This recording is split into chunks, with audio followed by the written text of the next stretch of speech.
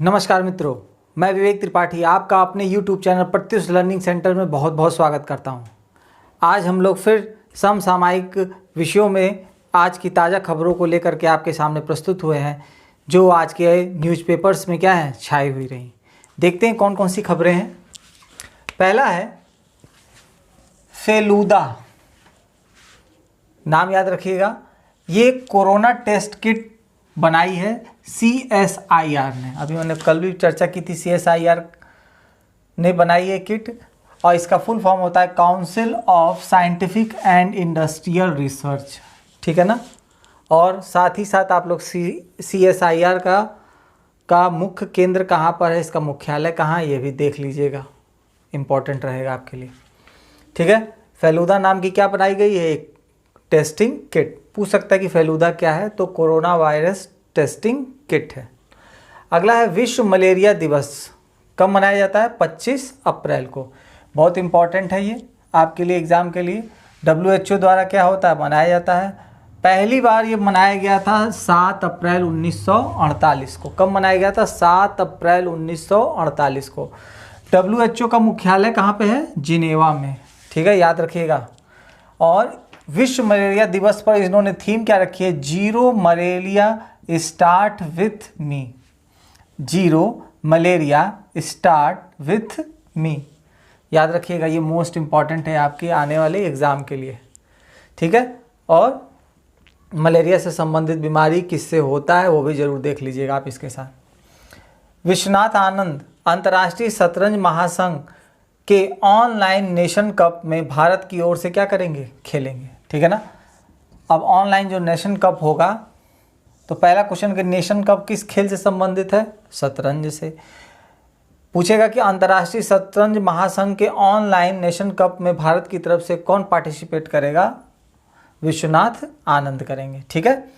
अगला है भारत में प्रदूषण 20 साल के निचले स्तर पर पहुंचा, ठीक है।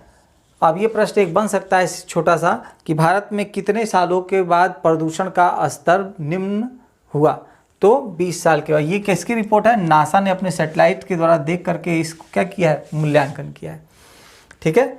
अगला है उरी लेवाइन। ये क्या है, ये इन्फोसिस के स्वतंत्र निदेशक के रूप में क्या किए गए हैं, नियुक्त किए गए हैं। उरी लेवाइन को इन्फोसिस का क्या बनाया गया है, निर्देशक बनाया गया है, ठीक है। इन्फोसिस की कल चर्चा हुई थी, याद रखिएगा। अगला है लेदर बैक समुद्री कछुए। ये एक तरह से बहुत ही विलुप्त प्रजातियों में क्या है, आ चुके हैं और बहुत कम मात्रा में पाए जाते हैं। अभी थाईलैंड में इनके क्या पाए गए हैं, घोंसले पाए गए हैं। तो पूरा पर्यावरण में क्या है, चर्चा का विषय बना हुआ है, ज्योग्राफी और पर्यावरण में इम्पॉर्टेंट है। लेदर बैक समुद्री कछुए पूछ सकता है किस देश में समुद्री तट पर पाए गए, थाईलैंड पे। ये सिविल सर्विसेज का क्वेश्चन है। अगला है चेतक परियोजना। कल मैंने आपको बताया था, लेकिन उस परियोजना का नाम नहीं बता पाया था। जो हमारा भारत और पाकिस्तान का जो बॉर्डर पे रावी नदी पे जो बन रहा है पुल, तो क्या है, उसका नाम है चेतक परियोजना। सीमा सड़क संगठन द्वारा रावी नदी पर क्या बन रहा है, एक पुल बन रहा है। कल हम लोग उस पर चर्चा किए थे। तो पूछेगा चेतक परियोजना किन दो देशों के मध्य है, तो पहला है भारत, दूसरा पाकिस्तान, ठीक है।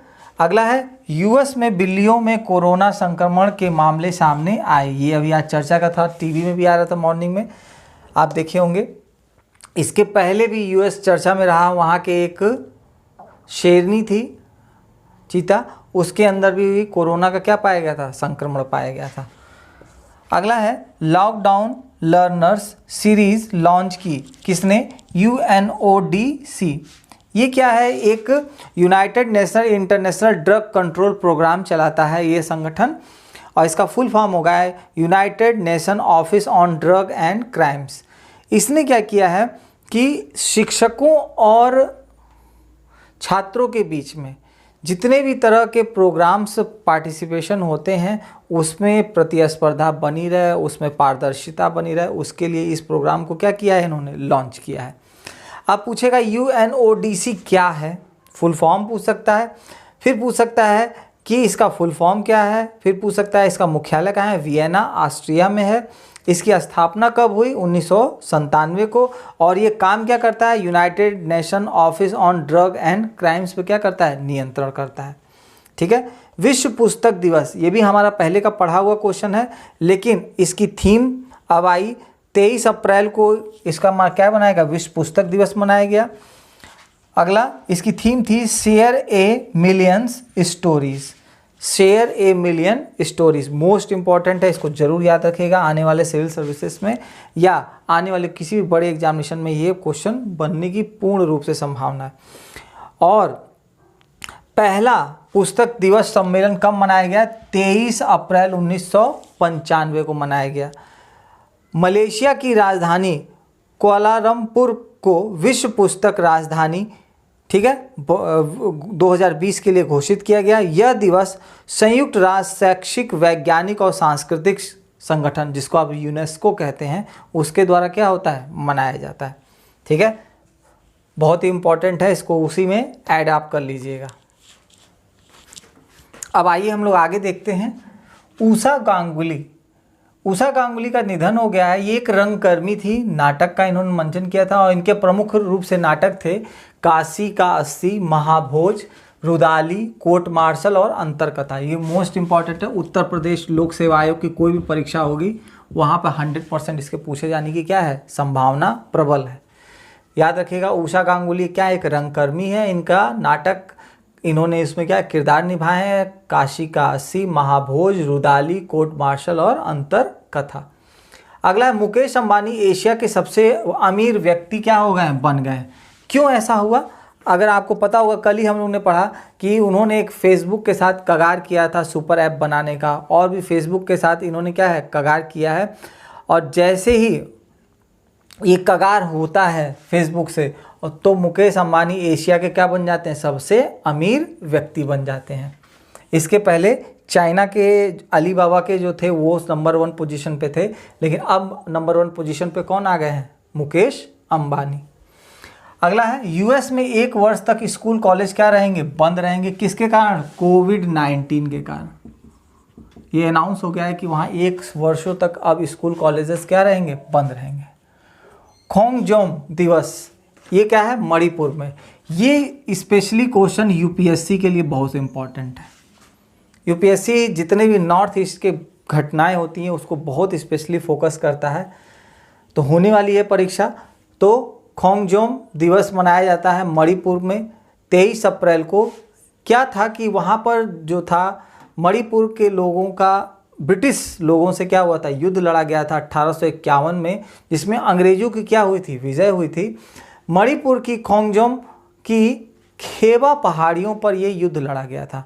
तो अब आपके कई क्वेश्चन बन जाएगा कि खोंगजोम दिवस कहाँ पे मनाया जाता है? मणिपुर में। ठीक है, पहला क्वेश्चन। दूसरा, खोंगजोम किससे संबंधित है? तो ऑप्शन में दे देगा कि यहाँ पर युद्ध लड़ा गया था, मणिपुर में युद्ध लड़ा गया था, उसमें अंग्रेजों की विजय हुई या इनकी विजय हुई। इस तरह के 4 स्टेटमेंट दे देगा, उसमें कहेगा कौन सा सही है कौन सा गलत है, उसमें आपको फाइंड करना रहेगा। फिर है खैबा की पहाड़ियाँ कहाँ पर है? तो ये कहाँ पर है? मणिपुर में है। ये बहुत इंपॉर्टेंट है। लोगों को लगता है कि यार मैप में तो ये दिया ही नहीं है, लेकिन ये करंट अफेयर्स का क्वेश्चन, इसको जरूर दिमाग में रखिएगा। खैबा की पहाड़ियाँ मणिपुर में। कोविड-19 नमूनों को इकट्ठा करने वाली भारत की पहली मोबाइल लैब राजनाथ सिंह जी ने क्या की है? लॉन्च की है, और उस का नाम है मोबाइल BSL-3 VRDL लैब, और ये कहाँ पर हुई है? हैदराबाद में। ठीक है। वॉश करो नामक ऐप IIT दिल्ली ने लॉन्च किया। इस तरह के क्वेश्चन केवल जनरल नॉलेज के होते हैं, बस आप एक बार दिमाग में रख लीजिएगा कि ऐसा कुछ हुआ था। अगला है सर्व द सीनियर इंटेक्टिव हेल्पलाइन शुरू किसने की? जम्मू और कश्मीर है। क्या है इसमें? ये भी बहुत इंपॉर्टेंट बन जाता है। ऐसे वृद्ध, विकलांग या वरिष्ठ जन जो लॉकडाउन के दौरान बाहर नहीं जा सकते, चलने फिरने में अक्षम हैं, उनके लिए सरकार ने ये योजना बनाई है, हेल्पलाइन शुरू की है कि उनके घर पर राशन और खाने पीने की आवश्यक वस्तुएं पहुंच सके। बहुत इंपॉर्टेंट है, इसको आप ध्यान रखिएगा।